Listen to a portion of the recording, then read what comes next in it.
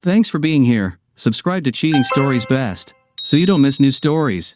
The main character's wife has been secretly taking lovers while her husband is at work, but her husband realized everything when she. Today's story has a similar plot. Enjoy watching it. Damn it, Darren. What took you so long? Darren's wife, Melissa, cried. Darren came down the stairs of their house carrying her purse. He nervously handed it to her while her friends watched, smiling. Melissa was a petite blonde with amazingly deep green eyes. She hadn't gained an ounce since they met in college. Her small, firm breasts and slender figure made her look just as young as she did 10 years ago.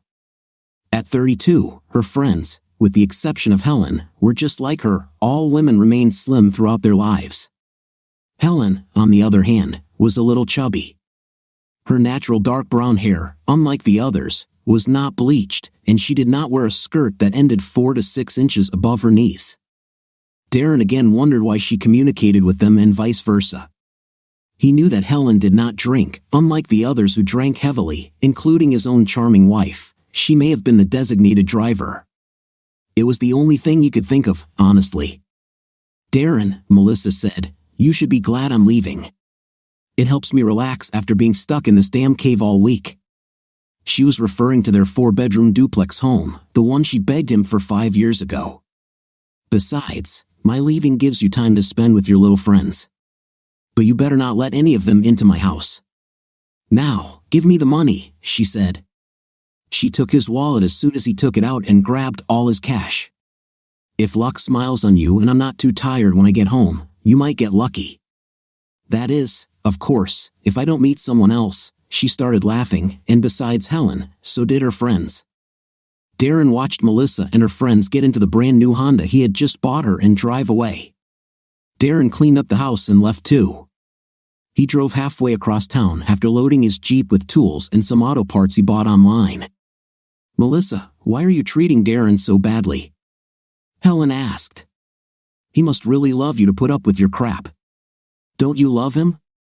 You treat him more like a butler than a husband. Helen, whether she loves him or not doesn't matter. Marriage is all about control, Danielle said. Danielle was another very slim blonde in her 30s, except she was a few inches taller than Melissa and had 2 children. Melissa is just trying to maintain control in her marriage. Helen still doesn't understand the rules, laughed Sandra, the last member of the quartet who looked exactly like the rest. Helen continued, as if speaking to a toddler, the wife makes all the rules. Melissa herself was strangely silent. She thought about what others were saying in her own way. She truly loved Darren. They had been together for more than 10 years. He tried very hard to support her and make her happy. In fact, from the moment he began courting her many years ago, he went to any lengths she asked. She knew without a shadow of a doubt that he loved her deeply, but there were still questions in her mind. It wasn't Darren's fault that he started dating her when she was still recovering from a really bad breakup. The other guy, Ryan, was one of the guys considered a big shot on campus. He surrounded her with attention and seduced her in a few days. He showered her with compliments, nurturing her self-esteem. He invited her to a romantic dinner at a very expensive restaurant. After dinner, he suggested a walk along the beach. It was a perfect evening. They had an intimate dusk, right on the same beach. He told her, of course, that he loved her, even though the intimate wasn't very good for her. It got its way when she looked at the stars while he made love. She could almost see their future. They would have 2 children, a boy and a girl, and a beautiful duplex ranch home in a nice area. He apologized many times after that. He said that maybe they should have waited until their wedding night or at least their engagement. His only excuse was that she was so nicely and he couldn't control his passion for her. He drove her home and kissed her on the cheek at the door of her dorm. He smiled when he promised to call her. When will you call? She asked. Somehow, his words soon made her feel better. That night, she dreamed about their wedding and their future. I hope the intim gets better, she thought. The next day, she sat by the phone waiting for a call that never came. She told herself that he was just busy with school and the team. The next day, there was still no call. However, that evening, just 2 days after he told her that he loved her, she saw him in a restaurant, staring dreamily into the eyes of another girl as he kissed the girl. Melissa felt tears rolling down her cheeks. She was a fool, and she wasn't the only one who knew it. The next morning, in the dorm's common locker room, she overheard two other girls saying, "Yeah, he got her too right on the beach the first night of their date. From what I heard, he said she was terrible, worst intim he ever had." Melissa ran to her room and cried all day. It took her several days to return to classes. She didn't date at all for the rest of the semester. When she returned home for the summer, she only went out on group dates. The following fall, her senior year, she again refused to date anyone until she met Darren. He was so different from all the other men who courted her. He was polite, clearly admired her, very sweet, and also handsome. Even her best friends told her that she would be stupid to miss him, unless she liked boys from the very beginning of the relationship. She presented him with almost insurmountable obstacles, but when he went out of his way to overcome all these obstacles, she only persisted in her trials even more. Finally, she couldn't find a single reason not to date him. They went out alone and with a group of her friends, and she actually had a good time. He tried so hard to win her over that she couldn't help but acknowledge his persistence. If nothing else, their first date together ended not with a kiss or even a handshake, but with her stern warning that she had a good time. When she got home, she told her roommates about it, and they looked at her like she was crazy. "He's a really nice guy," they told her after courting her for a month and being a perfect gentleman. "What did he get in return?" "He tried too hard for nothing," they said. "And he's handsome, with a good physique, smart, and has good character. Some other girl will snatch him up." Her neighbor's words fell like pages from a Bible. The next day, not only did Darren not call her, but she found out that one of the other girls in her building had seen them returning from their date and had asked him out herself. Melissa looked into her heart and decided that she wanted Darren and wouldn't let anyone else have him. She called him and asked him directly why he didn't call her. She told him that she had been wondering where they could go on their second date. He must have really liked her. He was also a very honest man because within an hour of their phone conversation, another woman from their building was giving Melissa a dirty look. Melissa knew that Darren must have called this woman and canceled their date so he could go out with her. Melissa then began the pattern of behavior that characterized her relationship with Darren. She was always the one in control. She was never going to let anyone use her again. Whenever Darren was hesitant about something she wanted or asked for, Melissa would give him a few crumbs to keep him coming back. She didn't let him kiss her until their fifth date. Even after so many years of marriage, Melissa controlled when they had a night. Darren loved her so much that he simply never complained. His friends, however, began to change his mind. That damn computer engine and his wife were interfering with her marriage. Darren became interested in cars and bought himself some kind of car to repair. He met several people who were interested in the same cars. He begged her to visit the homes of these new friends with him. She agreed, more than anything to see who they were and what influence they could have on her husband. Tim Matthews and his wife Elaine had a beautiful home and a lovely daughter, Krista. Melissa was shocked by the way they acted. Neither of them seemed to be in control of their marriage. They clearly loved each other very much and had always been very close. Melissa was shocked when Tim patted Elaine's butt several times right in front of her. All Elaine did was look at him and smile. She was clearly confused about how marriage should work. As they all gathered on the terrace watching the beautiful sunset, Elaine decided to sit on Tim's lap and start kissing him while they had guests. The woman couldn't get enough of this guy. She was beautiful, slender but with curves, bigger breasts than anyone in Melissa's group, and an incredible figure. As she mounted her husband and leaned in to kiss him, their daughter, who must have been about 3 years old, walked out onto the deck with her teddy bear and headed toward their garage. As the girl approached Tim's bright yellow muscle car, the car door opened and the little girl climbed inside. The door closed with a loud bang. Tim and Elaine looked at each other. Melissa was wondering how the car door opened and closed, but the child's parents didn't seem concerned, so why should she worry?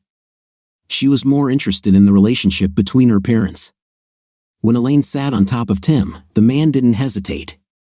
He pulled her shirt out of her shorts and began massaging her soft belly right in front of everyone, and she purred as if she liked him groping her in public. Darren seemed to sense Melissa's shock, so he began talking to defuse the situation. "What's Krista doing?" he asked. Melissa was shocked that not only did her husband know the baby's name, but he was also interested in her. Perhaps that's why they were there. "She's tired," Elaine laughed. "She'll sleep with Chrissy until I put her to bed, or her daddy does. Don't worry, she's safe where she is." Melissa noticed that Tim was still massaging his wife's belly. Elaine seemed to shiver. "She'll have to get used to the idea of sharing her secret place a little sooner," she said. Melissa saw Tim's eyes widen, and he stared at Elaine. "You mean that you?" "I mean, we," he stuttered. "Yes, handsome," Elaine smiled. "You're pregnant again." "We're pregnant again." After that, the evening was almost over. Melissa noticed that Tim and Elaine, as polite and friendly as they were, could hardly wait to get rid of their guests. She had a feeling they would end up in bed before she and Darren left. Even now, weeks after their meeting, the evening still haunted Melissa's thoughts. Hearing from Helen how much Darren loved her made Melissa even more confused. She threw bachelorette parties whenever she and her friends wanted. Of the 4 women, only she and Helen were married. Helen and her husband had an open relationship. They had both had several affairs and were now starting to slow down and rediscover each other as they grew older. Melissa thought there was something wrong with Helen's marriage but minded her own business. The other 2 were divorced. Melissa hadn't actually cheated on Darren yet, but she wasn't going to let him know that. To be honest, she didn't really enjoy the company of Danielle and Sandra, but she needed to go out regularly to show Darren that she wouldn't tolerate cheating on his part and that she could easily find another man. She needed him to know this because it helped her maintain control. However, seeing Tim and Elaine made her think. She rubbed her stomach absent-mindedly as she drove. Darren got out of his Jeep and began stacking boxes in front of Tim and Elaine's garage. When he finished, he slowly walked towards their front door and knocked softly. Elaine opened the door, and a smile lit up her face when she saw Darren. They had only known each other for a few months, but he had already become one of her husband's best friends. "Hey Darren, Tim had to work late, but you can start without him," she said. Maybe I'll just come back another day," Darren said sadly. "Any day that suits you, you're always welcome," Elaine said. "It probably won't work out for at least a week. I don't have many free evenings." Darren began, "So why don't you stay today?" Elaine asked.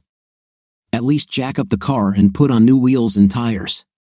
"Your brake calipers look really good," Darren nodded. He liked Elaine and Tim. He wanted his marriage to be like theirs. In fact, he arranged a dinner with them so Melissa could see how they lived together. But after dinner, Melissa simply forbade him to invite them to their house. She said there was something strange about them and Darren shouldn't allow himself to borrow ideas. When Melissa and her friends walked into the crowded club, they looked like something out of a bad teen dance movie. As they walked toward a table, tonight was Melissa's favorite night at the club, karaoke night. She loved listening to amateurs trying to impress the crowd. What was different about this club's version of karaoke was that the singers could choose a song from a list, but the music came from a live band. Melissa liked it because she didn't have to spend most of the evening fending off the guys she was dancing with. Sandy and Danielle often slept with the guys they danced with. Most men thought she would too, given the right motivation and situation. Because of this, she never paid for drinks at the club. Helen, on the other hand, didn't dance. She told other women that her cheating days were over, and although her husband didn't mind if she danced with other men, she didn't think it was appropriate behavior for a married woman. The first few performers seemed to know they were terrible. They wanted to get out and finish quickly while the crowd was still sympathetic and in the mood to reward courage. But after several singers, the audience mercilessly ridiculed the inept ones without guilt or compassion. Melissa was sitting at a table with a guy she knew was always trying to get her into bed. She actually let him kiss her and stroke her chest a couple of times, usually when she was really mad at Tim, but nothing serious had happened so far. Then, a woman walked on stage to sing just as Sandy and some guy Melissa had never seen before returned to the table. Sandy's dress was a mess, and her makeup was smeared. The guy was grinning from ear to ear. Melissa had no illusions about what was happening. "Oh damn," Helen hissed. "Relax, Helen. She does this all the time," Melissa said. Not her, Helen said. Look at the stage. A tall woman stood on stage holding a microphone. She had long dark hair like Helen but was much slimmer, with large breasts for her frame and long legs. Several guys in the crowd started booing before she even started singing. I didn't know Jessica would be here tonight, Helen said. As they watched, Jessica began to sing. She was a good singer and literally captured the crowd's attention within minutes. When she finished the song, the crowd erupted in applause. Your sister can sing, Melissa said. Yes, she tried to record an album once, but she couldn't find the right songs. None of the songwriters she worked with could write something that really suited her voice, Helen said. Also, music wasn't really what she was into. She only did music to be around her ex. She likes working on cars. A few minutes later, Jessica walked up to their table and hugged her sister. She looked around the table and saw the other 3 women. Only her sister sat alone. Danielle sat on the guy's lap, her makeup smudged, and the guy had bite marks on his neck, and his collar was smeared with lipstick the same color as Danielle's lips. Melissa kept pushing away her boyfriend's hands. When Melissa returned home, Darren was already asleep. Usually, he would wait for her. She thought he was doing this to examine her, to make sure she wasn't sleeping with someone else, or to have an intimate with her if she was in the mood and wanted it. She felt especially strange after meeting the Matthews family. She thought about stopping the pills and letting Darren impregnate her. He looked so cute lying there facing her side of the bed that she wanted to just let it go.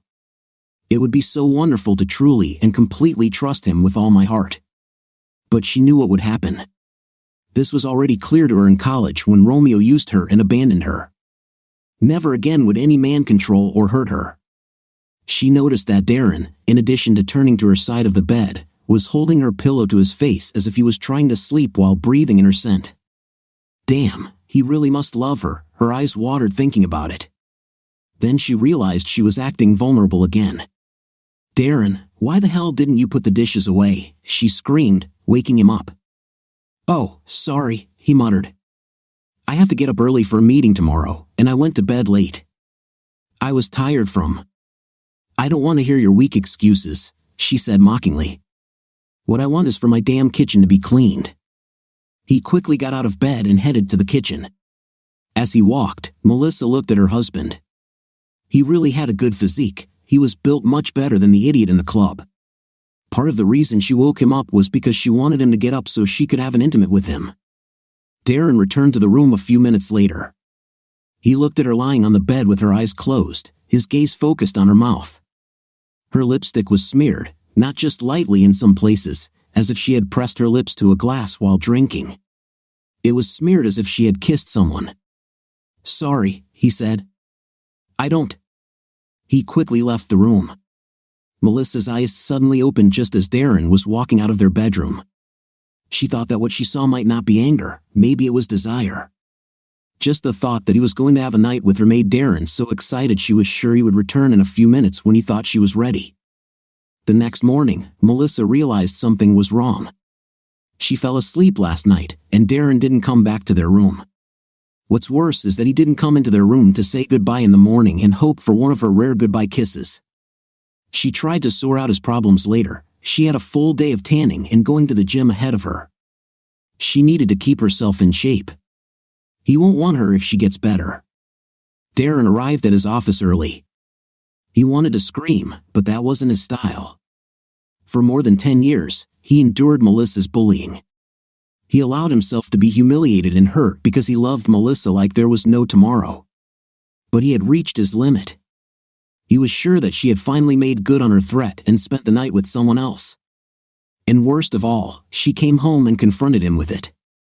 He decided to end it. Surely being alone wouldn't be worse than being with Melissa. He called a friend who was a divorce lawyer. Ryan, I didn't seem surprised. Boy, I'm just surprised it took you so long, Ryan said. If we approach this the right way, we can get you out of this with your dignity intact. I have no evidence that she cheated on me, Darren said. Boy, don't worry about it. Give me your address, I'll send people to install listening devices and cameras, Ryan said. I don't think she's bringing them here, Darren said. Forget about this whole affair with cheating, this scheme is too hackneyed. The judges are fed up with it all. All that cheating will get you is half of your things at best. Plus, considering that your wife, even with a higher education, has never worked, she'll probably end up with more of your stuff than you, Ryan said. Eventually, she'll move in with her lover at your house, and you'll pay for them to have fun in your bed while they drink your damn beer and laugh at you. Darren pictured this in his mind, and it raised his temperature a little, but he still didn't explode. We'll approach this completely differently, he grinned. Trust me, you'll like it. Darren still had some time before he actually had to come to work. He sat down in front of his computer and started trying to think of what he wanted to say to Melissa. He was going to write her a letter to tell her what his life had become and what a hell she had made of it. Maybe he'll even tell her that he knew about what she went through in college before she met him. He actually knew how Ryan had used her and abandoned her. He never mentioned it because he would have to tell her that even though he didn't meet her during the competition, he was part of it. Although he had never been dishonest with any of the girls he dated and only used those who were also only interested in a no-strings-attached relationship. He felt guilty. He thought he could let go of some of his guilt over the innocent women some of his friends had hurt by trying to help Melissa regain her confidence. He never expected to fall in love with her over the years he endured her abuse, hoping that one day she would understand how much he loved her and perhaps repay that love in some way. But last night was the last straw, the final humiliation he would endure for the sake of love. He also thought it was poetic justice to hire Ryan as his divorce lawyer. In college, he and Ryan were competitive but friendly. Ryan was an athlete, Darren was interested in music. When Darren tried to write his letter, for some reason it turned into a song or poem. You listen, you hear how I speak. How I sing, open the door, it's less or more. When you tell me to be careful. Are you here or there, is there something I need to know? Easy comes, easy goes, not in your head. Can't hear the words I said. I can't communicate when you wait. Don't communicate, I'm trying to talk to you. But you don't even know, so what will happen? Tell me, can you hear me? Patience is running out, running out. Come again, tell me, I'll get the opposite, the opposite. Show me what reality is, if it breaks, can it be fixed? Open your ear, why do you think I'm here? Keep me in the dark, do you even think about me? Is there someone else above me, need to know, need to know. What should I do, because I can't reach you?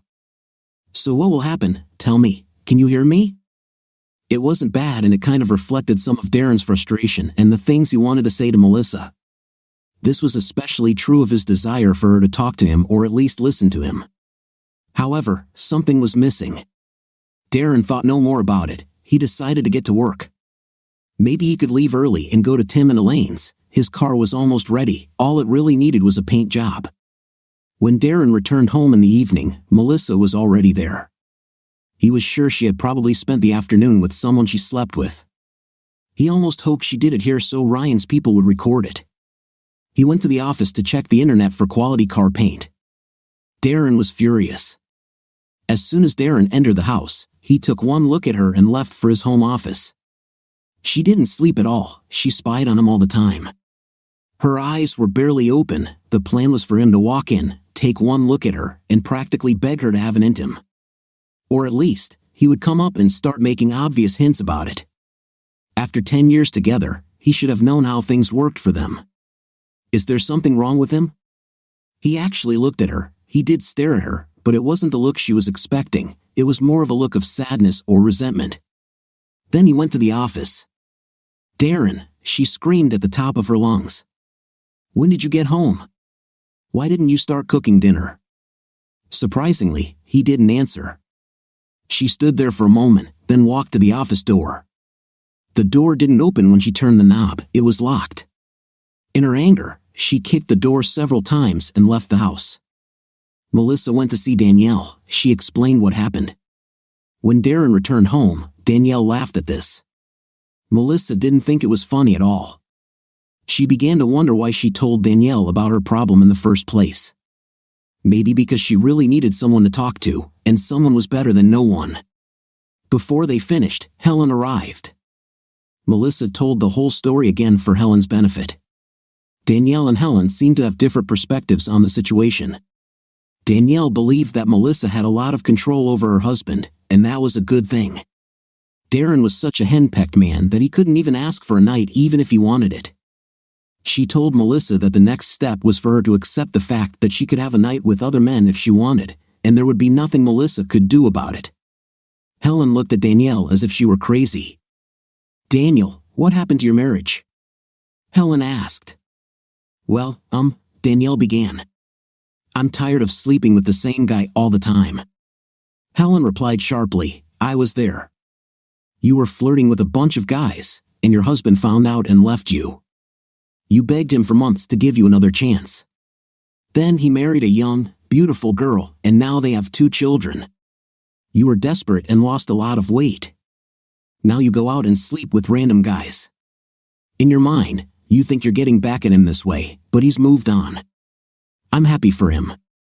Because you're just trying to ruin Melissa's marriage, because your marriage is ruined. Get your fat 5th place out of my house," Danielle snapped. An hour later, Melissa was home and still confused. The doorbell rang, and she went to answer it. It was Helen. Helen came in, and they sat down to talk.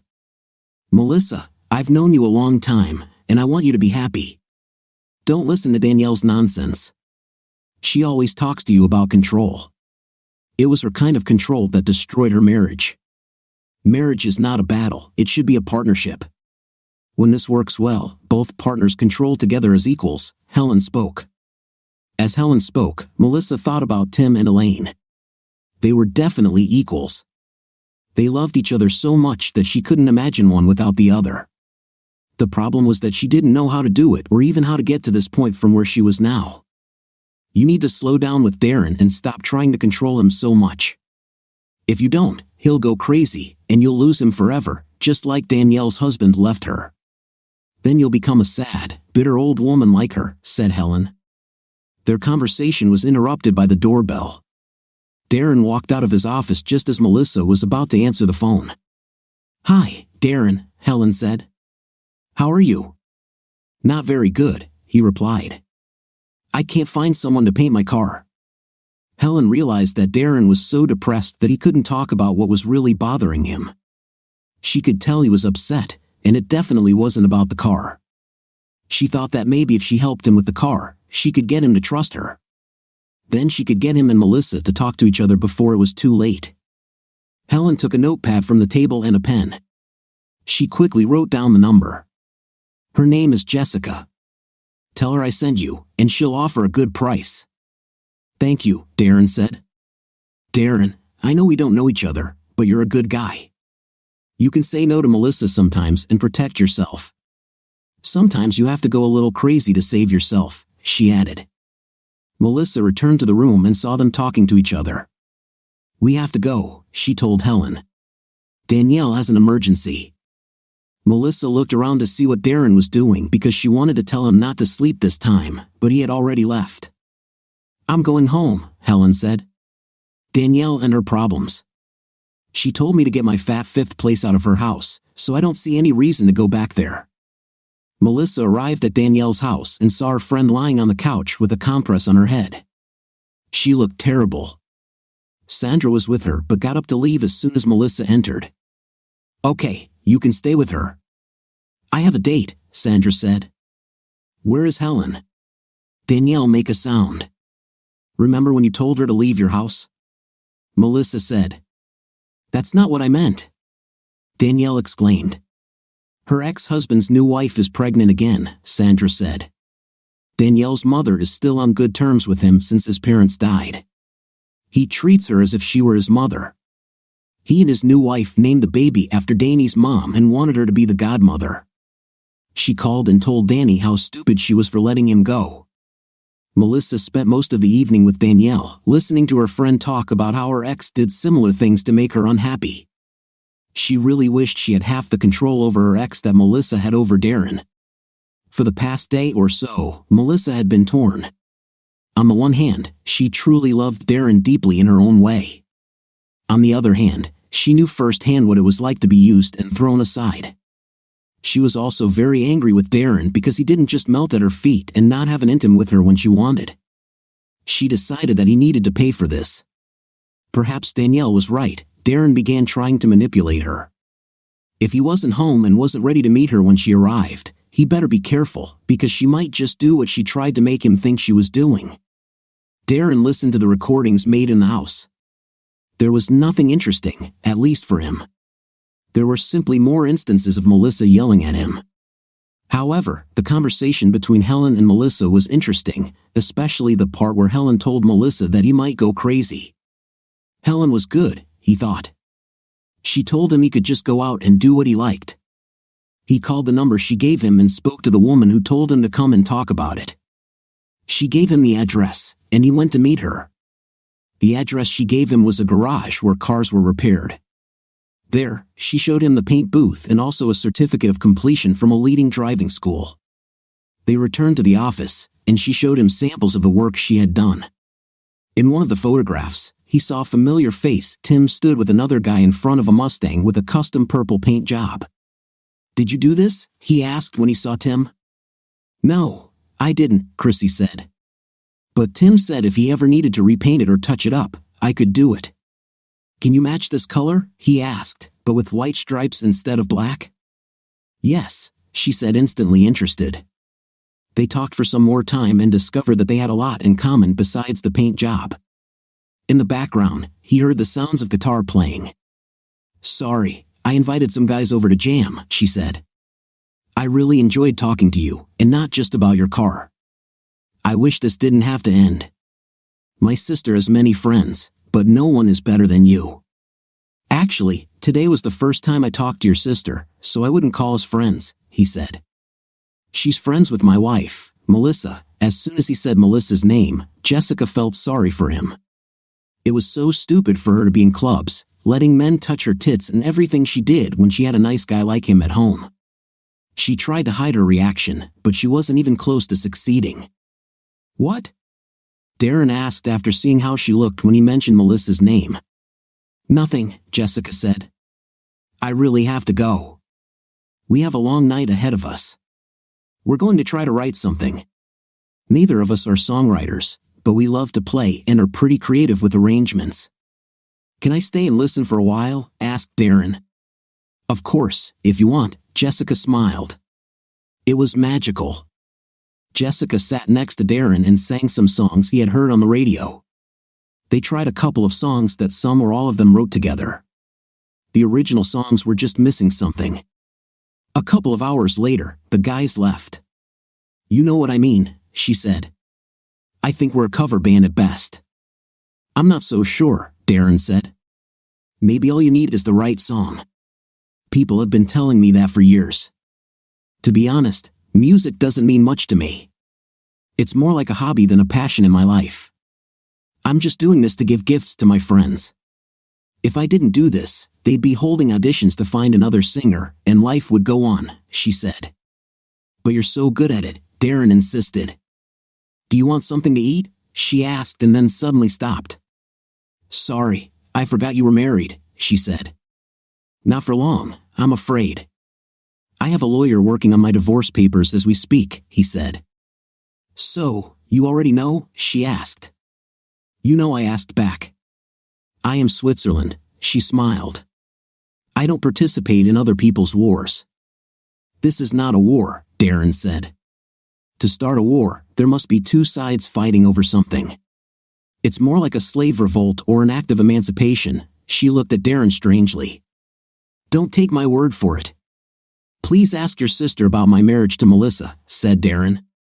"Also, Melissa has made it clear over the past few months that she doesn't really want to be with me. The last few days have made it really clear. It took me over 10 years to realize something that the average guy could understand. I figured it out on the first date. For more than 10 years, it was a two-way traffic. Melissa's way or the highway," he grinned. "It was never my way." Darren stayed there and just talked to Jessica for over 2 hours. They were always going to leave, but they never did. They talked about the failure of his marriage and the failure of Jessica's marriage. Her ex could never refuse fans, although his wife was much more attractive. When finally he returned home, it was almost midnight. Melissa sat on the couch with her arms crossed over her chest. She was wearing an almost see-through nightgown, but he could tell she was wearing it more to let him know what he wasn't getting than anything else. "Where the hell have you been?" she asked. "I went to check if my car was painted," Darren said.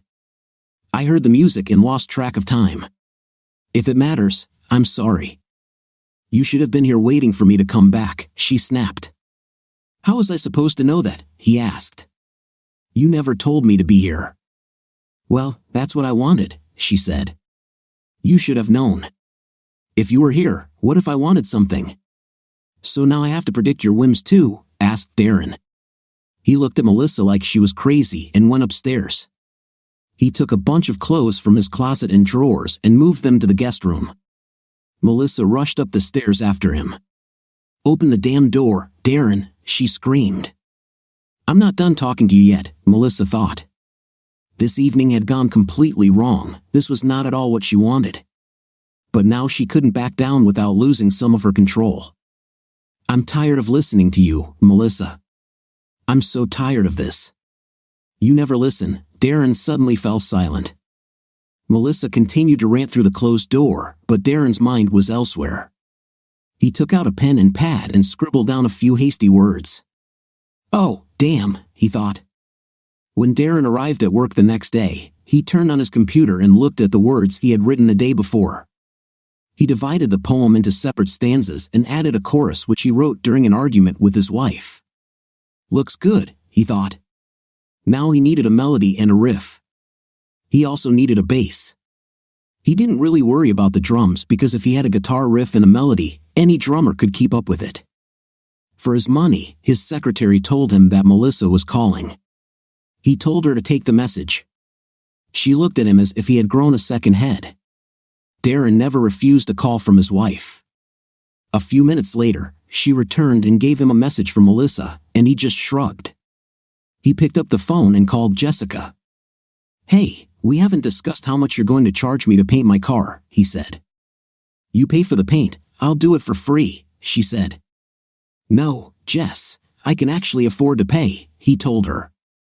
"I know you can, but I just want to do something for you," she said. He could imagine her smiling. "Even now." "Okay, then. Do you have a guitar?" he asked. "Not yours, but there's always a couple lying around somewhere." "Why?" she asked. "I might have something for you," he said. "Like what?" she asked. "Will you bring it today?" he asked. All of Jessica's hesitation in pursuing a married man disappeared after talking with Helen. Helen asked Jessica to stay away from Darren, but if even half of what Helen told her was true, Melissa doesn't deserve him. "I would like to, but I can't," he said. "It's going to take a while to get this all sorted out, and I have something to do with my friends tonight. Believe me, if I could give it up, I would." "Do you know Elaine Matthews, Tim's wife?" Jessica said. "Why, she's bringing my car today," he asked. "Great. The sooner, the better." In fact, Jessica was still in shock that he called her Jess. She liked it and that he had something for her. Darren returned home a little earlier than usual. Melissa watched him as he entered the house and went upstairs to shower. He put on jeans and comfortable shoes. He put on a t-shirt and a light jacket. Then he went downstairs. "Where the hell are you going now?" Melissa asked. "I didn't say you could go anywhere." "I didn't ask your permission," he answered her sharply. "I don't ask you where you go when you leave, so you have no right to ask me." "What is wrong with you?" she barked. "We need to talk, Melissa. For 10 years, you didn't listen to a word I said. I loved you for so long that I probably didn't notice that you didn't love me, or I hoped that someday you would stop punishing me for that. That someone else did. But maybe it's time for me to let it go," he said. Melissa was stunned. She couldn't think of anything to say. Finally, long after the door had closed and Tim had left, she said, "I'm ready to listen now." Within an hour, Melissa had Sandra, Helen, and Danielle gathered in her living room. They convened a war council to decide what to do with her fugitive husband. Helen believed that Melissa should confess her feelings for Darren and try to start over as equals. She needed to tell him about her adventures at the club and let him know that it was her love for him that kept her from going further than she had gone. "He thinks you're already cheating on him," Helen said. Who told you this? Melissa barked. My sister, Helen said.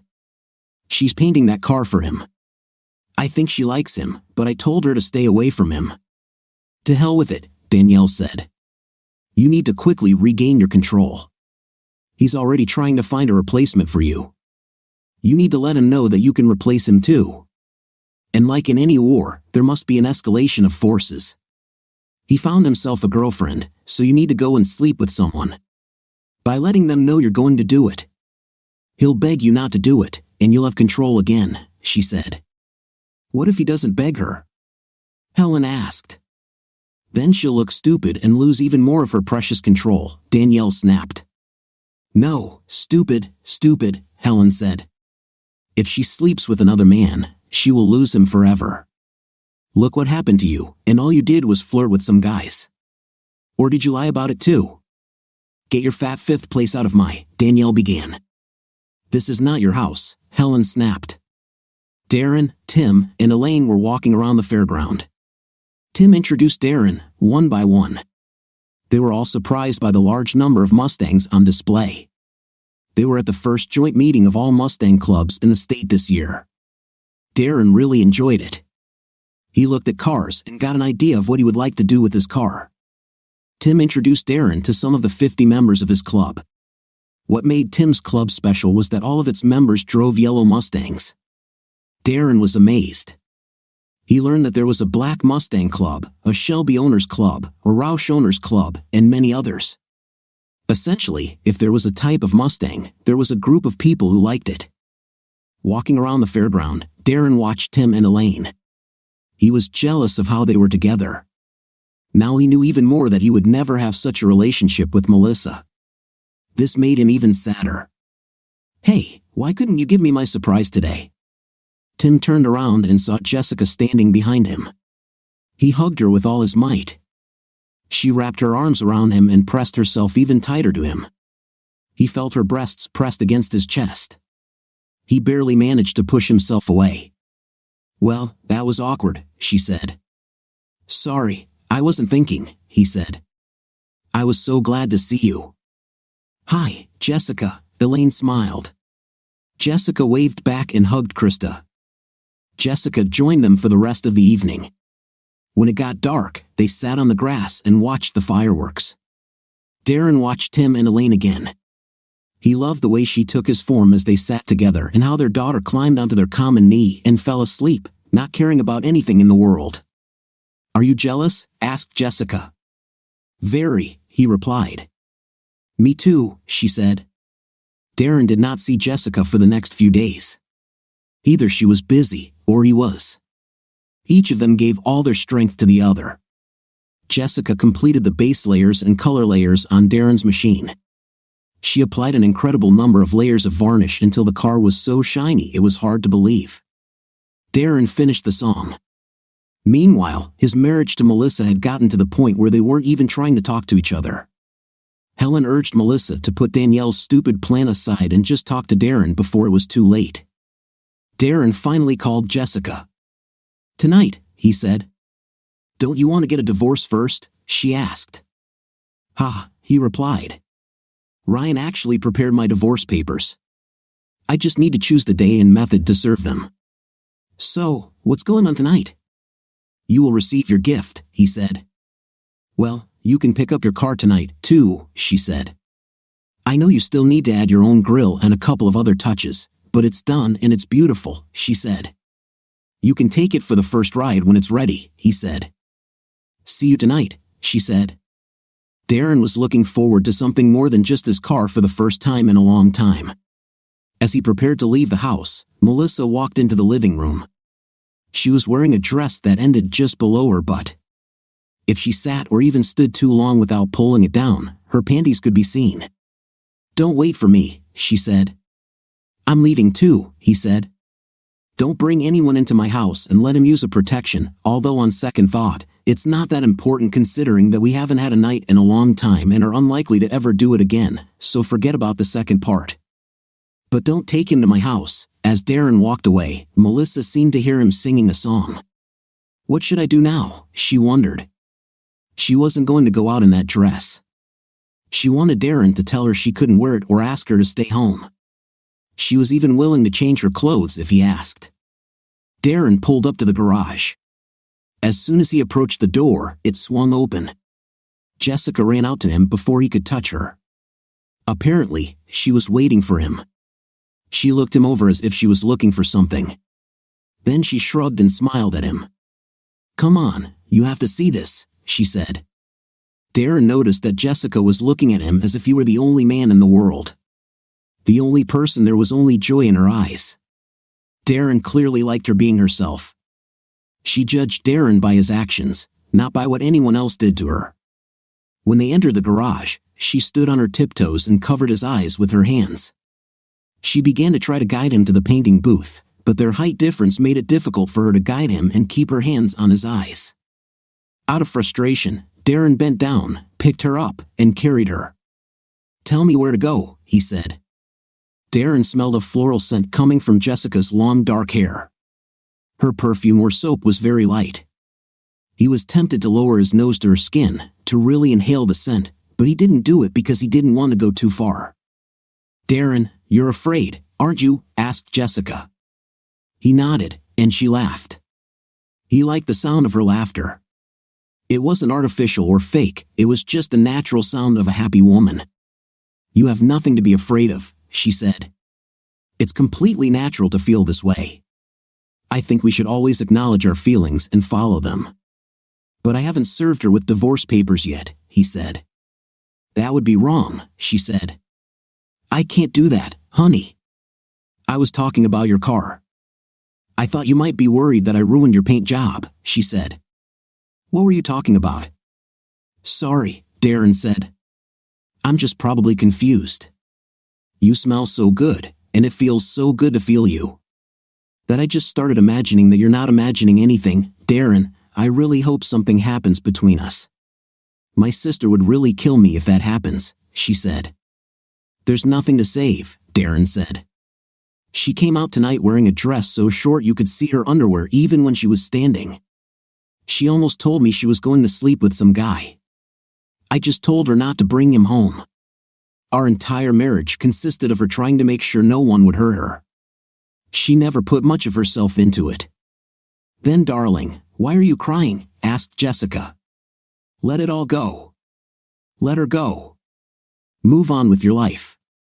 There's a better life waiting for you. Just let go of the old one." Darren nodded again. "Now, let's look at that car," she said, covering his eyes with her hands again. Darren walked through the garage with Jessica as his eyes. He followed her directions until he realized they were in the paint booth. His nose told him when they got there, the smell of paint and chemicals was overwhelming. Jessica removed her hands from his eyes, and he carefully opened them. The car was beautiful. Although it was still the same flashy yellow as Tim and Chrissy's car, it looked even brighter. The color seemed like it just jumped out of the car. "I applied the white base coat before the yellow," Jessica said, smiling. "It really makes the color pop. And the stripes you wanted are painted on, not glued on. They match the detailed stripes around the car." Darren was so happy he didn't even think about it, he just kissed her. Jessica, although she wanted to kiss him, held back at first. "Helen will definitely kill me for this," she said. Then she started kissing him again. "Darren, what is this?" she asked in surprise. "It's not what I think it is it? It's too early for that. We don't even know each other that well." She found a small square box in Darren's jacket pocket. It looked like it came from a jewelry store. "Open it," Darren said. Jessica held her breath and opened the box. There was a ring inside, a big white ring. The ring was made by folding a piece of paper into a long, flat strip and then forming it into a loop. "Very funny," she said, hitting him. "I almost died of a heart attack. I thought, well, you know what I thought." "What would you say if this was a real ring?" he asked. "You'll have to propose to me to find out," she grinned. "So, what is it really?" she asked. "This song is for you," he said, shyly. "A lot of guys have told me they want to write songs about me," she said, "but usually it's just to see if they can get me into bed. This is the first time a guy wrote a song, and in fact, this is the first time I even got a song. Usually when they find out I'm not easy behavior, she said, the song does not appear. Jess, this is not that type of song. This is not a song about you, this is a song for you, Darren said. He walked to the corner and picked up an acoustic guitar. The staccato opening bars of the song began to play, and Jessica began to look at him differently. She looked at the words on the page and began to hum. After they went through the song a few times, she had a completely different look on her face.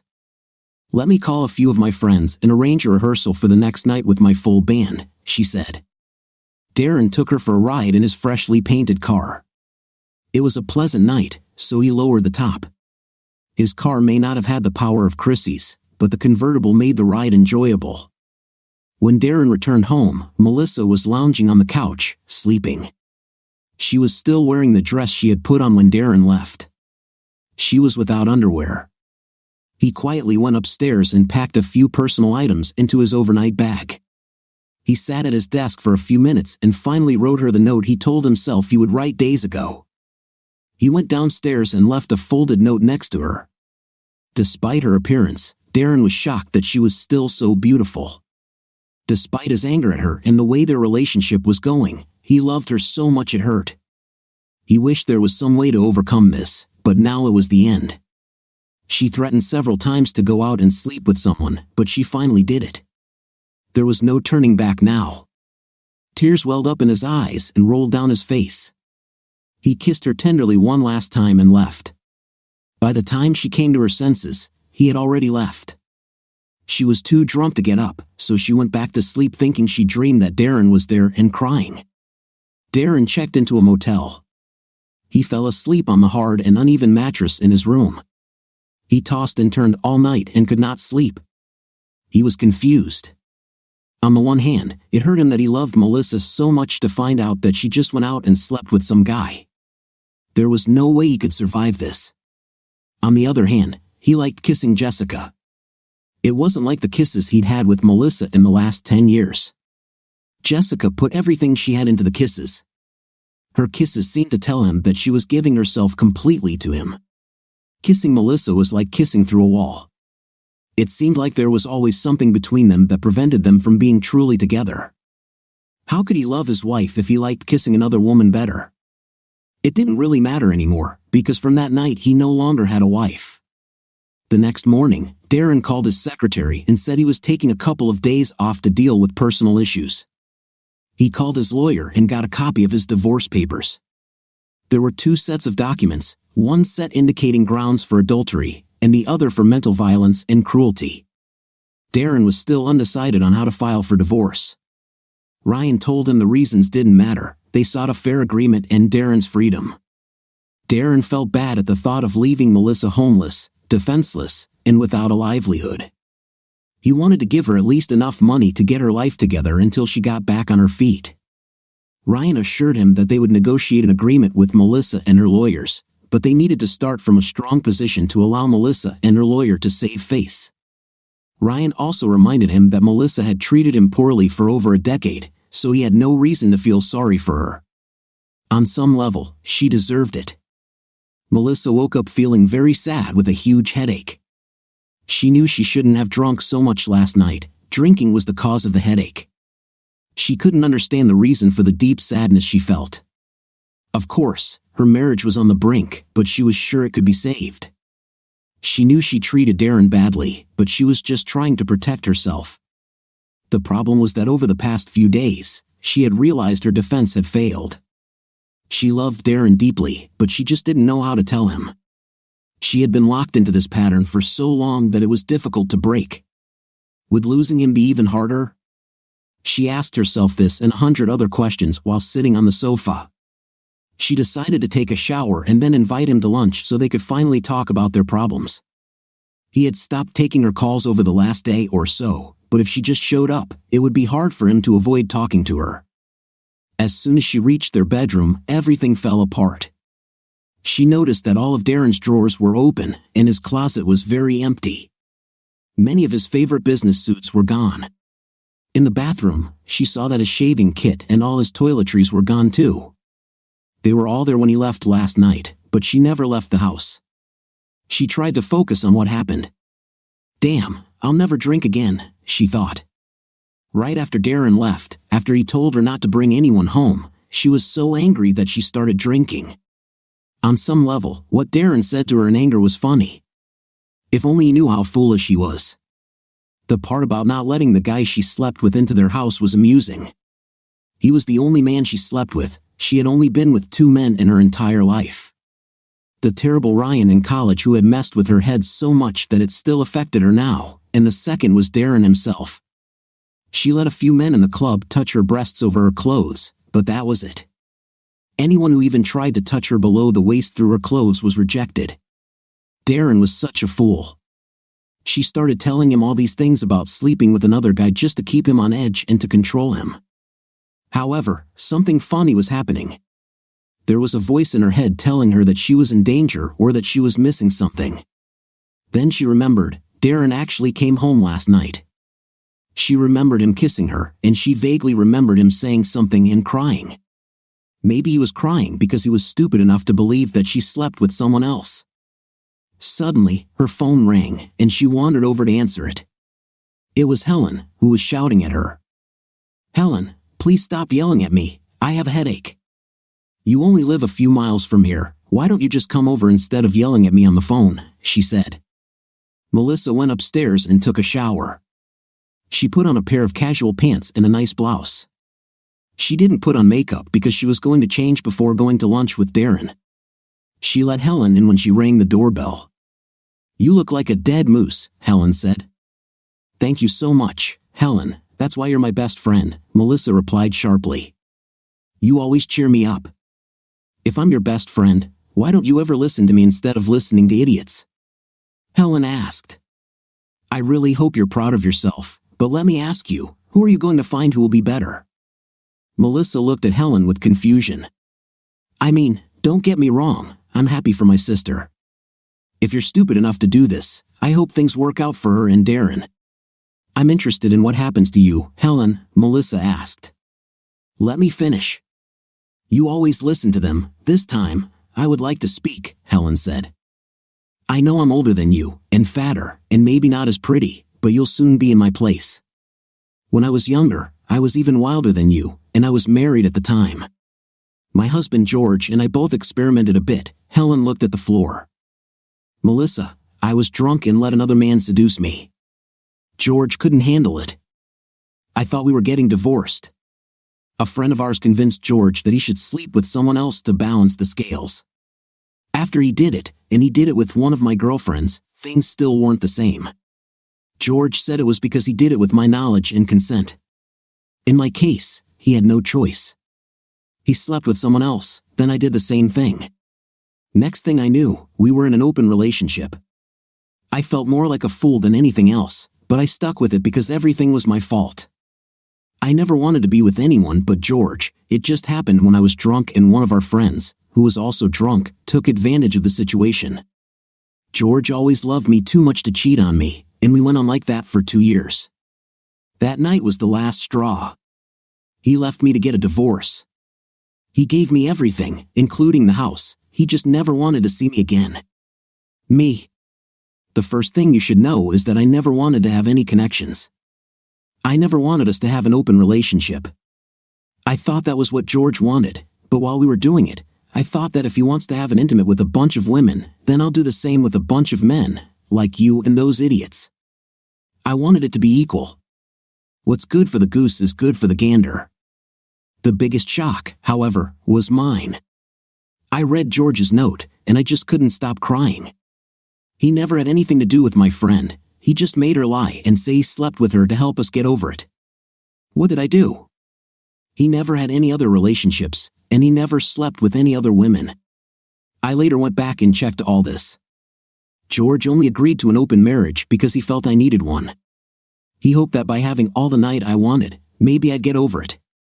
Men are very vulnerable, and he thought the first time I slept with someone else because he couldn't satisfy me, I was devastated. I didn't want a divorce, and I never wanted to sleep with a bunch of men, but it happened. I was lucky. It took a lot of tears, begging, and over 5 years of therapy, but George and I are still together. He's my best friend, and he loves me, but it's not the same love as it was before. Our night life is terrible. Sometimes we don't touch each other for months. When we have an intimate, it's mechanical and always in the dark. I don't think he enjoys it at all, but he loves me and really wants us to be together. But I know that every time he looks at me, he sees me with these other men, and I know that eventually, he will probably leave me. It's only a matter of time, and I love him so much I think I'll die when this happens. The only way to have control in a marriage is to give up control. Do everything possible and impossible for your spouse, and he will do the same for you. If you give this person your heart completely, he will never need anyone or anything else. Danielle is so upset that her ex married someone else that she's trying to punish him by sleeping with other guys. But he doesn't care what she does. He's gotten over her and is in love with his new wife. Danielle is so lonely, it's pathetic. That's why she calls us and begs us to come out to the clubs. She doesn't even understand that if she continues to do what she's doing now, she'll end up a lonely old woman. If she's lucky, if she's unlucky, she's going to die from some disease. Sandra has started trying to get her life back together. She's still going out with us, but she's dating every guy she can, hoping to find one who will stay. Have you noticed that her standards are dropping? Soon her only requirement will be to have a pulse. That's why I don't understand why you're doing this. Darren is a great guy and he loves you madly. Why give him up? Helen, thank you for your life story and your analysis of our friends, but I think you're crazy, Melissa said. Darren and I still have problems, but I'm not going to give up. I'll give up some control, but that doesn't mean we're getting a divorce. I'm going to his office to have lunch with him today to talk about our problems, Melissa said. She noticed Helen shaking her head. That won't happen, Helen, said Melissa. Do you remember my little sister? Hardly the girl who sang at the club, right? Melissa said. She is prettier than all of us and better built, said Helen. She's got all this wild brown hair that men love to play with. She has that wild girl next door charm. Men fall all over themselves for her, and she doesn't even notice. I'm jealous of her, and you're stupid. Why am I stupid? Melissa asked. Because right now she's the one who's helping your husband get over what you did last night, Helen said. She's crazy about him, and after your divorce, she might end up with him. You can't compete with her. You and your friends are bony and fashionable. Men don't like it, it makes other women jealous. But men like curves.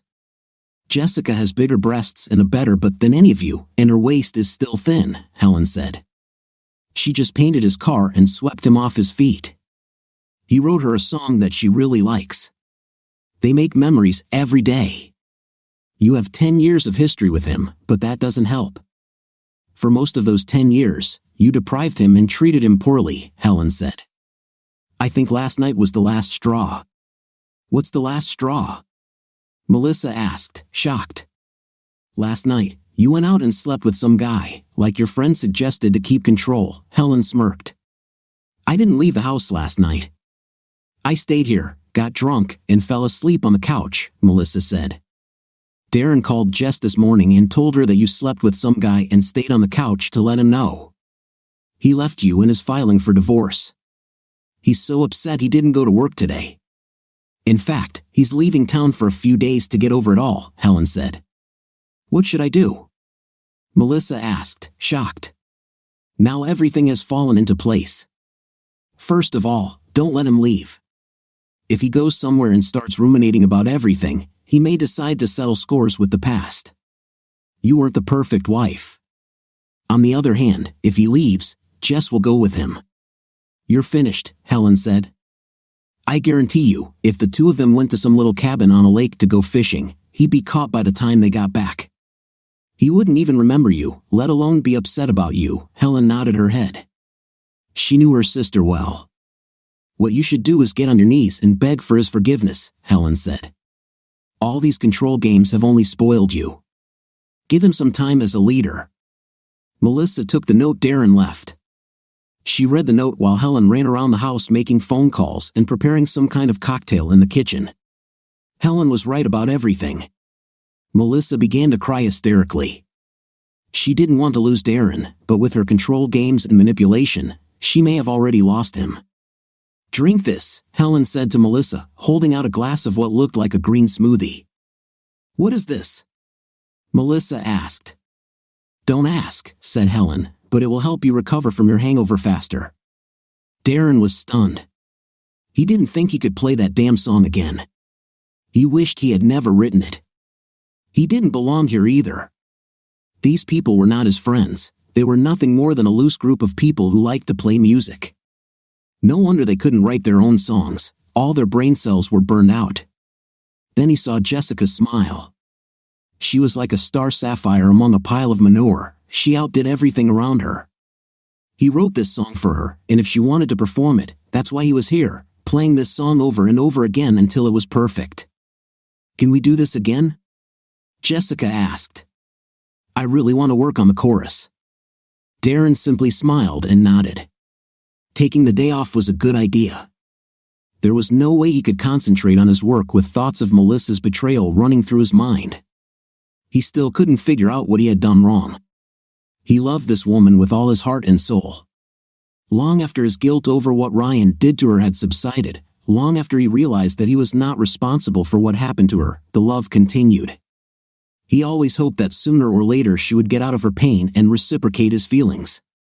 When that didn't happen, he came up with excuse after excuse for her. In the end, he just decided that in her own way, she loved him, she just wasn't very demonstrative. But that was enough for him. Then she started hanging out with this group of harpies, and things got worse. He couldn't seem to do anything right. She even began to humiliate him in front of them. Again, he tolerated it because he loved her. But her story about how she was going to go out and sleep with someone else was the last straw. In all the days of their marriage, he never thought about another woman. Darren's fingers slid lightly over the strings, muting them to produce the staccato notes of the opening bars. As Jessica sang, she walked up to him. He listened to her playing. Although he knew the words very well, it wasn't Jessica's words and feelings after all, it was just a song for her. No, the words and feelings were Darren's. This was what he so desperately wanted to tell Melissa. Jessica was just his voice. He only wished there was a way for Melissa to hear the song and understand how much pain and frustration she had caused him over the years. But now it was all over. What she did last night ended any hope of saving their marriage. Performing tonight, this one song would mark the beginning of Darren's future and the end of his marriage. Darren planned to have Melissa served with divorce papers at home today. Jess came up with a much more poetic plan. She said it would be more symbolic. Helen had been calling Jessica tirelessly since early morning. Now sitting in Dr. Harkness's waiting room, she tried again. Helen arranged an urgent meeting with Dr. Harkness for Melissa. This woman should have been in therapy years ago. Helen hoped Melissa could sort out her problems before she lost Darren forever. Finally, someone answered the phone, Jessica said. "Jessie, do you know where Darren is?" "I'm pretty confident I could find him if it was important," Jessica said. "Damn it, Jessie. He's with you now, isn't he?" "Jessie, you promised to wait for me," Helen began. "It's out of my hands," Jessica said. "Besides, I promised to stay away from him until their marriage was over. After the way she treated him and what she did to him last night, their marriage is over. Please tell me things haven't gone too far yet, Jessica." "You haven't," Helen began. "Of course not. I'm not like his damn wife. I'm not the type of woman who goes to clubs and lets strange men touch her breasts. I don't tell my man that I'm going to sleep with another guy and expect him to like it," Jessica said. "Jessica, where is he now?" "She needs to talk to him," Helen said. "I don't think he ever wants to talk to her again," Jessica said. "But right now, he's coming out to add some finishing touches to his car. If she wants a chance to talk to him, her best chance is tonight at your club, the one where I sang last week. I'll be there tonight to hear the song he wrote for me in front of an audience," said Helen. "Sister, you and your little gang are lecherous. You better dress for the occasion or you won't be allowed in. There will be a lot of people there tonight. It will be something special," Helen continued. Helen wondered what her sister meant by special. However, this did not matter. They were all attractive women and had never had trouble getting inside before. Inside the office, Agatha Harkness carefully studied her new patient. Agatha knew that sometimes people thought of her more as a witch than a psychiatrist.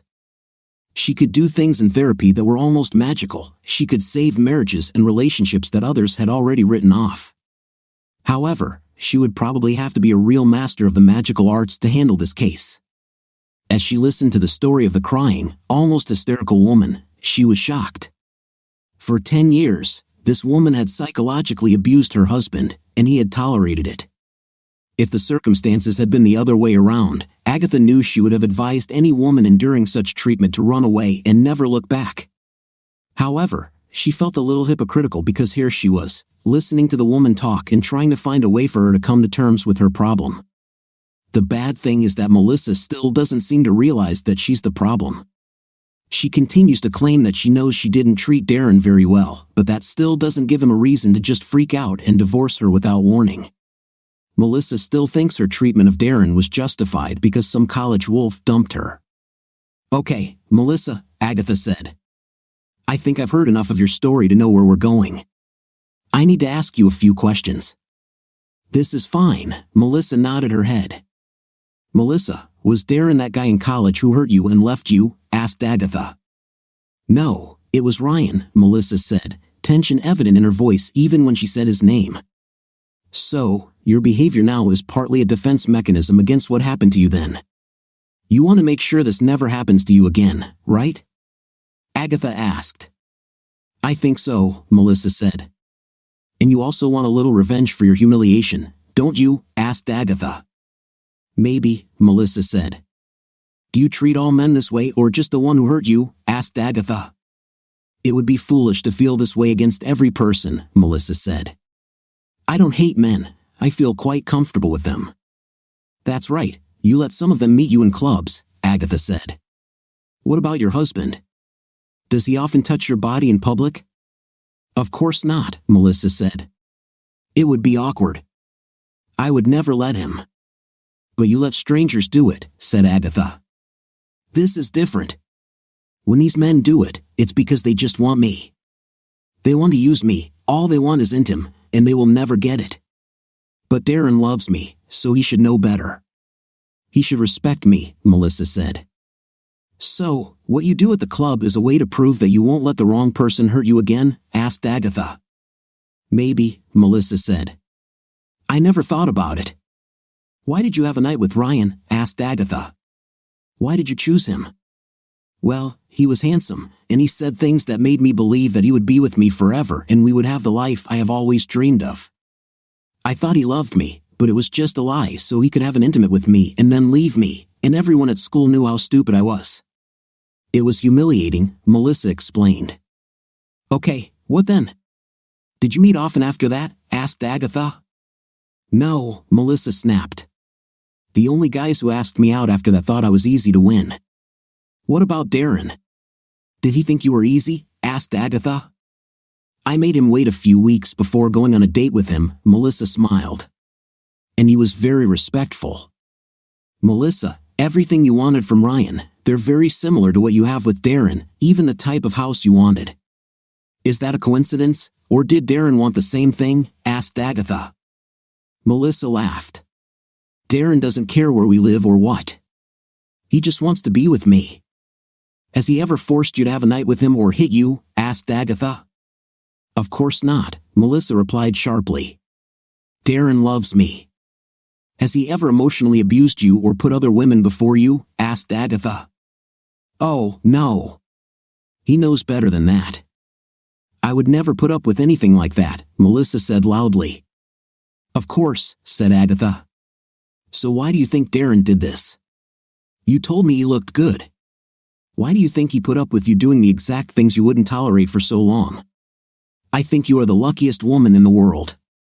Something bad happened to you, bad things happen to everyone, but you never got over it. Part of growing up is learning to move on after tragic or difficult times. You went off to college as a young girl with stars in her eyes and romantic notions. There, you ran into a scumbag who you thought could give you the fairy tale life you wanted. When he revealed himself to be a scumbag, you wanted revenge, so you spent 10 years making the guy who truly gave you everything you wanted pay for something he didn't." Melissa's jaw dropped, her eyes widened, and she started to say something but couldn't find the words. If you had met your husband first, you would have a perfect life, wouldn't you? Asked Agatha. Yes, Melissa hissed. So, your husband is being punished not only for how badly some guy treated you in college, but also because you couldn't wait until you met the right person. He has to pay because you can't find the one who wronged you. He should also pay because you can't blame yourself for letting the wrong person into your life, Agatha continued. Agatha shook her head. Stranger men in bars and clubs may touch you in public, but the one man who loved you and put up with your antics for over a decade has to wait for you to give him permission to show you his love. Is that why you're here, Dr. Harkness? It's really not as bad as you make it out to be, Melissa said. Darren and I have an intimate all the time, at least once a month.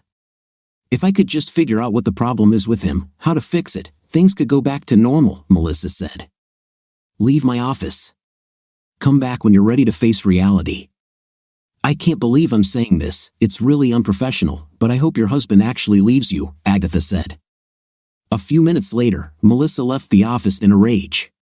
Helen stood up when she saw her friend leaving. This woman is a charlatan, exclaimed Melissa. She doesn't know her stuff, she can't fix me, let alone fix my husband. What was she thinking? What did she say? Helen asked. I told her how Darren has been acting weird lately, with all this talk about divorce and everything. So, she sat me down on the damn couch and started asking me a bunch of questions about my marriage and my life. She seems to be thinking that I'm the problem, Melissa said. Melissa, I know you don't believe Dr. Harkness, but I'm your friend.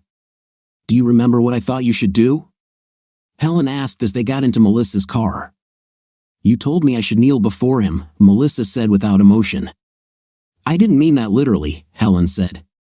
What I meant was, if you want to keep him, you're going to have to start doing things that will make him happy in the future. He's always been happy to be with you because he loves you, but I don't think he was ever happy with the way you treated him. No one would be. Let me ask you a question, there's no one here except us. I will never tell anyone the answer you give me, but you must be honest. Okay? Okay, Melissa answered hesitantly. Why do you want Darren back? Helen asked. And how important is this? This is very important, Melissa said. I guess I didn't realize it until the last few days. I always thought I could control my feelings for him and keep him at arm's length. It actually started about a month ago. Darren forced me to accompany him to visit these terrible people, Tim and Elaine, whatever their name is.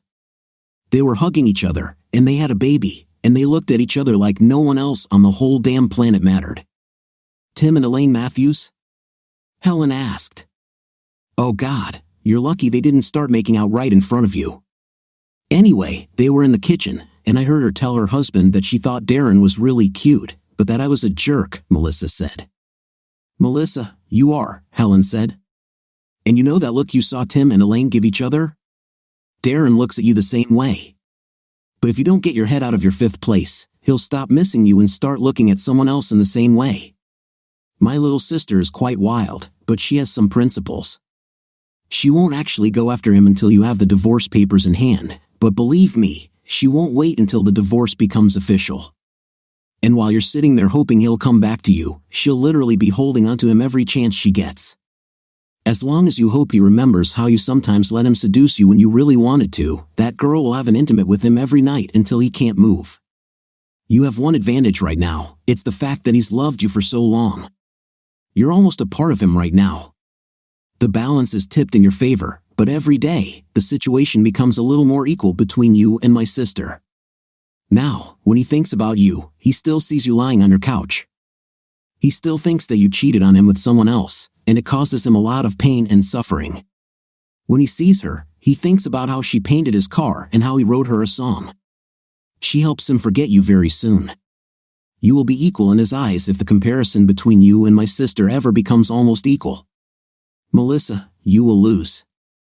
I already told you that she is more beautiful than us and better built.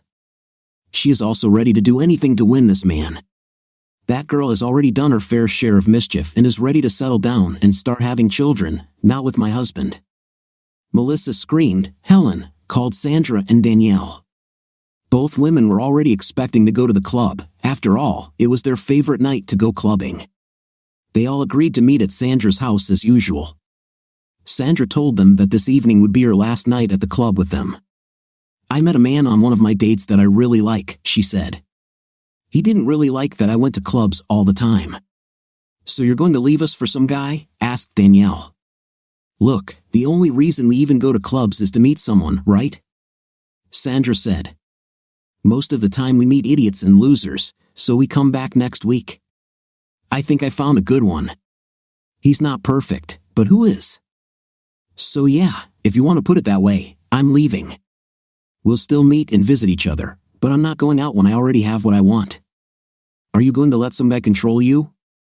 Danielle asked, surprised. "Hell yes," Sandra said. "The way this man makes me feel, he can make me do whatever he wants. If you weren't so angry because your ex-husband's new wife is younger and prettier than you, you'd be jealous of me." Danielle snorted. "I will always be in control. I will never give it up." "Well, I hope that your control will keep you warm at night, and when you're miserable, maybe your control will hug you and tell you that everything will be okay. We're getting older, Danny. It's time for us to grow up. In a few years, my boyfriend will be hugging me and telling me he doesn't care if my fifth place gets bigger. He loves me, and our kids will too. You'll be a lonely, angry old woman with control but without a man. What will you really be in control of, Melissa? You've been sleeping alone for a few nights, and Darren has been doing things for about a week that have really annoyed you. You're losing control over your husband. What do you miss most? How he does everything you tell him, or how he comes and hugs you when you're in bed? Oh God, please don't let me be late," Melissa sobbed. When they arrived at the club's parking lot, they realized there was a problem. The parking lot was closed, but there were still plenty of empty spaces visible. There was also a line that stretched almost the entire block. "What the hell is going on?" Danielle asked. "I told you we should have arrived earlier," Helen snorted. "I told you," Jessie said, "today would be something different." They got out of the car and walked past the line. The guard who usually let them in waved them back to the line. "We won't get inside for hours at this rate," Sandra said. Helen stepped aside and took out her phone. She started talking to someone and then started smiling. "We're inside, let's go," she said. She returned to the same guard and handed him her phone. He talked for a few minutes and waved them inside. As the women headed towards the door, they were startled by a loud mechanical roar. A convoy of at least 20 yellow Mustangs pulled into the parking lot. The third or fourth car in the column was a striking convertible. Melissa was almost in tears when she saw Jessica's long, wild hair flowing as the car passed them and pulled into the parking lot. Melissa's husband, Darren, was driving next to Jessica. He didn't even notice her when he passed by. He got out of the car and opened the door for Jessica. They entered the club through a side entrance and disappeared. Helen grabbed Melissa's hand and pulled her inside. After a few minutes, it became obvious that they would not be able to find a table. One of the guys Danielle was friendly with was sitting at a table by himself. They sat down with him. Danielle went to dance with him. The same guy who sat with Melissa last week walked up to her. "Where did we leave off?" he said, wrapping his arm around her. "Get away from me," Melissa snapped. "I don't need to risk my husband seeing you around me."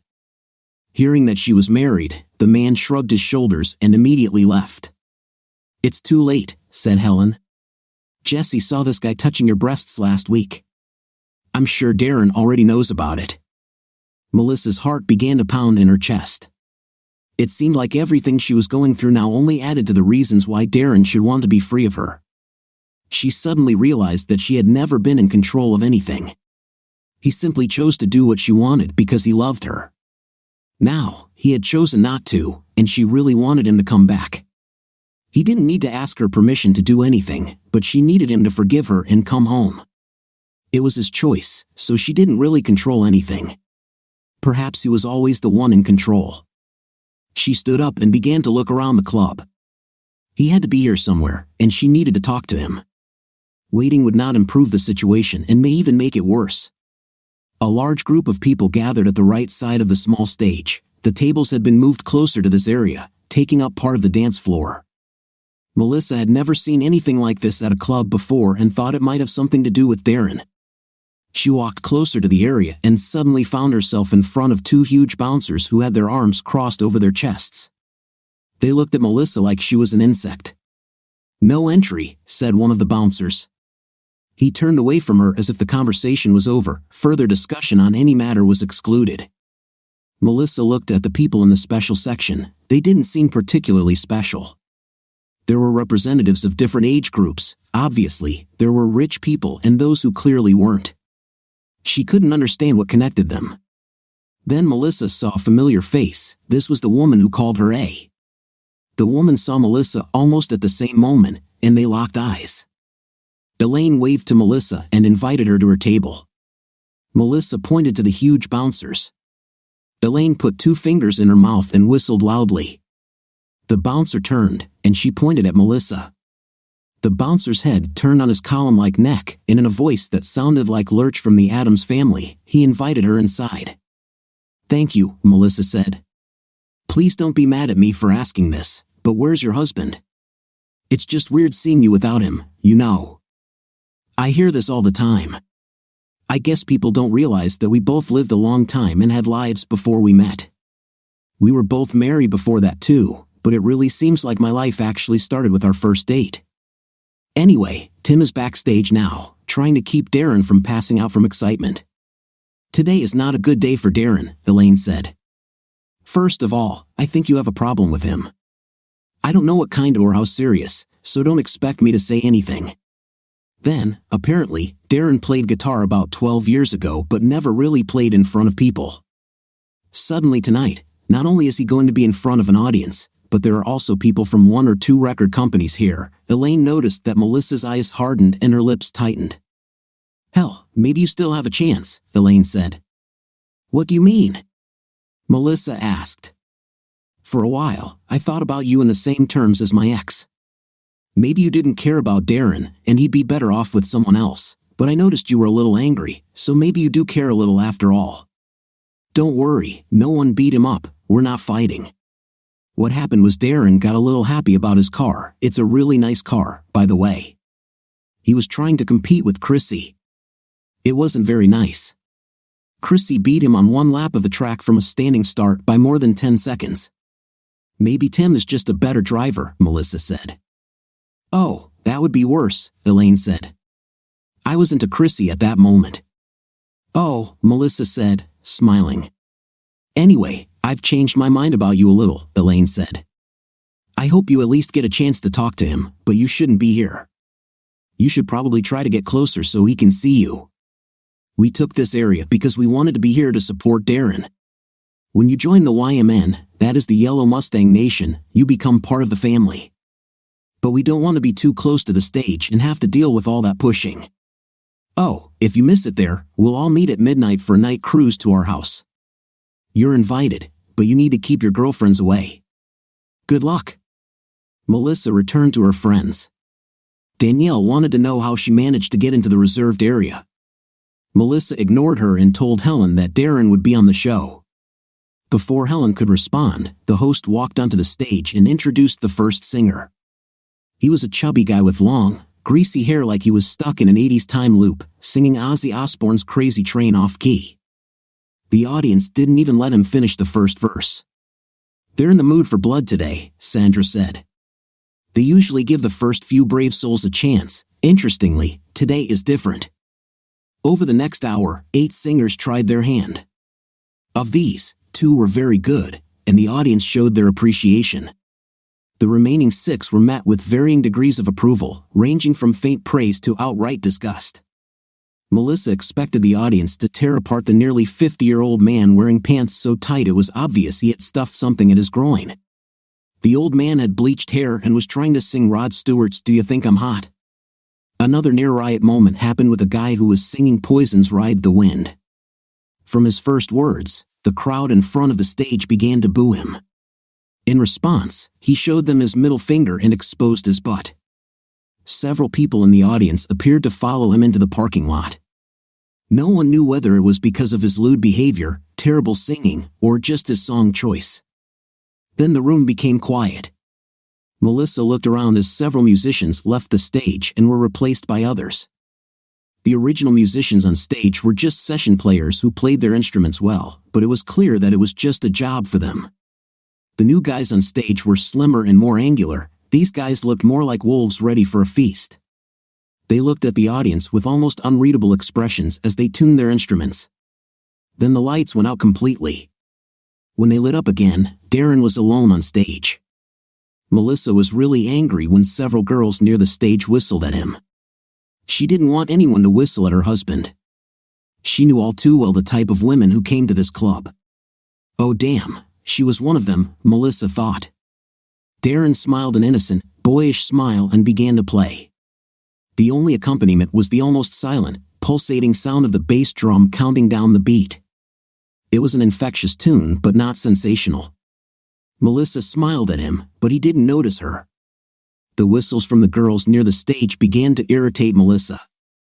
Then it got worse. As soon as the vocals started, the monster bass line came in, and Darren's infectious melody turned into a solid guitar riff. The audience was delighted. Jessica suddenly appeared on stage next to Darren, waving her long hair and smiling at him. Darren joined in and became more animated. The lyrics made Melissa feel sad. It seemed to be about Melissa and Darren's marriage from his point of view. While Jessica sang about frustration and not being listened to, Melissa knew that this was how Darren felt. By the time they reached the bridge of the song, the music had intensified, and they were joined on stage by a bass player, a keyboard player, and another guitarist. The entire audience stood up and danced. Melissa felt bad. It was as if Darren was telling the entire audience through Jessica's seductive voice what a terrible wife she was. Nodding my head, not hearing a word I said, I can't communicate when you're waiting without understanding. I'm trying to talk to you but you don't even notice, so what will it be? Tell me, can you hear me? As Jessica sang those words, Melissa realized that this was exactly what Darren had been going through for the past few weeks. Was she really that bad at ignoring him? When they got to the chorus of the song, the audience was in awe. They were already trying to sing along to a song that none of them had heard 5 minutes ago. When Jessica sang the chorus, the entire club erupted. I'm so tired of this, your attention deficit, never listen, you never listen, I'm so tired of this, so I'm throwing a tantrum. Jessica tapped her feet and mimicked throwing a tantrum while singing it. The smiles passed between Darren and Jessica made Melissa want to throw a tantrum of her own. You never listen, Jessica sang, and Melissa's heart sank. I scream your name, everything remains the same. I scream and shout, so now I'm going to lose my temper, hey. Darren really lost his temper, Melissa thought, like a cork popping out of a bottle when the pressure gets too much. Her husband finally exploded, and took their marriage with him. Melissa noticed that when Jessica sang the song, Darren moved his lips along with her playing. She also noticed that he focused on her and sang directly to her. When the chorus ended with all the guys on stage shouting hey, the other guitarist came over to Darren, and they played together. Jessica then began the second verse, singing about patience running thin. Does this mean Darren has already given up on her, or is just tired of her actions? Jessica now walked over to Melissa, singing the verse. She pointed at Melissa, and the audience around Melissa parted as Jessica walked down the stairs into the crowd. She walked straight up to Melissa, and when she reached the bridge of the song, she handed Melissa a folded set of papers. Melissa thought it was probably a copy of the song's lyrics. Jessica returned to the stage just in time to start the chorus. The audience was now singing along with her. It was surreal. More than 500 people packed like sardines in a club were singing about the breakdown of Melissa's marriage, which she herself had destroyed. Melissa could only stand and watch as Jessica and Darren worked the crowd into a frenzy. Some people around her tried to grab the papers Jessica gave them as if it were a souvenir of some kind. When the song ended, Melissa was even more shocked. Jessica said her name through the loudspeaker, Melissa Thomas. Jessica's amplified voice said, yes, Melissa, knowing no one could hear her but she was sure that Jessica and Darren could see her. You've been served, Jessica said. The words echoed over the crowd through the loudspeaker, served, served, served. Then the group disappeared. The audience in the club was on their feet, cheering and screaming. Everyone congratulated each other and swore that Jessica was now their favorite singer forever. Several women, whom Melissa knew would sleep with a snake if they could hold its head in place, headed towards the backstage area. Melissa stood there, crying bitter tears. Jessica personally delivered what Melissa, upon opening, realized with horror were divorce papers. This meant that Jessica already considered herself part of the conflict. What Helen said about her sister, all of Helen's warnings, came back. "She won't stop until you have the divorce papers in hand," Helen said. "She is younger than us, more beautiful than us, and better built than us," said Helen. "She's ready to settle down and start having kids," Helen said. "Not with my husband." "It won't happen," Melissa screamed. Melissa and Helen ran out of the club just in time to see a long line of yellow Mustangs leaving the parking lot. She knew where they were going, so there was no rush. They got into Melissa's car and left the club, leaving Sandra and Danielle to fend for themselves. They were silent the entire drive to Tim and Elaine's house. Melissa thought about everything she saw at the club tonight. She never thought it was possible, but her husband could leave her for another woman. She was upset. She gave this man the best years of her life. He was her property. No one else was going to come and ruin it. When she arrived at the house, it was surrounded by all those bright yellow muscle cars and a few others. She parked where she could and headed towards the house. Everywhere she looked, she saw people having fun. The more she saw, the angrier she became. She heard people cheering and saw them playing games. She couldn't believe that all this was happening in the middle of the night. It was almost midnight. She noticed, however, that nothing overtly intimate was going on, unlike the atmosphere at the club. It was all about fun and not intimate. She saw Elaine and asked her if she knew where Darren was. "He and Jessica aren't here," Elaine said. "The band got a record deal because of their performance tonight. Darren and Jessica are still at the club negotiating contracts. Did you notice his Mustang isn't here?" Melissa didn't say anything. She just turned around and walked away. She grabbed Helen and drove back to the club. She was even angrier now, but had to admit that it was her fault. She assumed Darren would be with the others. The sad thing was that as much as he loved that car, she didn't even know what it looked like, other than it was a convertible. When she returned to the club, the parking lot was empty. Behind her, she saw a couple of limousines and a yellow Mustang convertible. She went to the door and knocked. One of the huge bouncers opened it and smiled at her. "You're not giving up, are you?" he asked. He turned to look inside and waved her in. Melissa saw Darren and Jessica sitting at a table. "Come on, Darren," Melissa said sharply. "I'll ignore this episode just this once. Let's go home." "Home?" "We need to talk." Darren looked at her strangely. Melissa heard Jessica humming and singing softly. It was that damn song. "I'm so tired of this, your attention deficit, never listening," Jessica sang almost inaudibly. "Melissa, you got that, didn't you? The ones you got on the show don't count, they weren't served by a court officer. You'll get the real ones tomorrow at some point. This is truly the best thing that could have happened to us." I wasn't really loved, and I'm tired of being your damn lackey," Darren said. "So you're just going to go off and play rock star with your little girlfriend here and forget about our marriage?" Melissa asked mockingly. "No, I already have a job that I'm good at. I don't want to be a rock star. It's too much work. But neither does Jess. She also has a career that she likes. The only thing we both don't have enough of is each other. And as soon as our divorce is finalized, we're going to try. You should get a lawyer." "I'm going to try to save the house," Darren said. He stood up and extended his hand to Jessica, and they left together, leaving Melissa alone with the bouncer. Over the next few days, Melissa found herself a lawyer. At first, he laughed at Darren's reasons for the divorce. "He should have sued you for adultery. He probably wouldn't have been able to prove it, but he'd have a better chance of convincing a judge of it than of psychological abuse." After their first meeting with Darren and his lawyer, Melissa's lawyer advised her to try to reach an agreement. "He has video footage of you in a club with several men, doing things that, while not showing penetration, could lead someone to believe that you have broken marital obligations. No married man would want his wife to behave like that, like you. The worst thing is the recordings from your home life, which clearly show how you regularly shout and swear at him. You also humiliated him in front of others. The most damning evidence, however, is the testimony of the therapist you saw. Since you are covered by his health insurance and married to him, he has a right to information about your treatment. He shook his head. Just settle it and move on. If we go in front of a judge, you're not going to look good at all, he told her. Since there were no children and the divorce was uncontested, the case moved quickly through the courts. 3 months later, once the divorce was finalized, Darren proposed to Jessica and she accepted. As part of the divorce agreement, Darren bought out Melissa's share of their home. This gave her enough money to live for a while, if you can call it life. Melissa missed Darren so much she could barely breathe.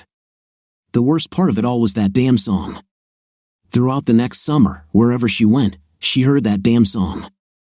Darren and Jessica did not tour with the band.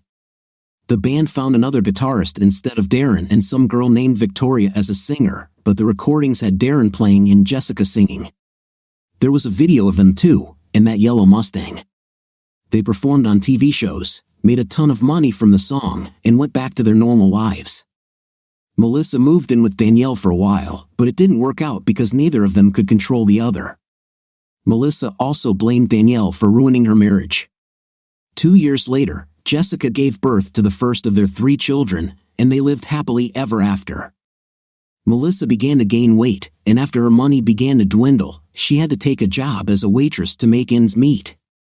She often takes the bus to her old neighborhood and watches Darren and Jessica play with their children in the yard. She cries every time, but she can't stop coming. She also shudders every time she hears that song on the radio. What do you think of our story today? I felt very sorry for the main character in this story. The state he saw his wife in when he came home killed me every time. What's your opinion? Write in the comments. See you later.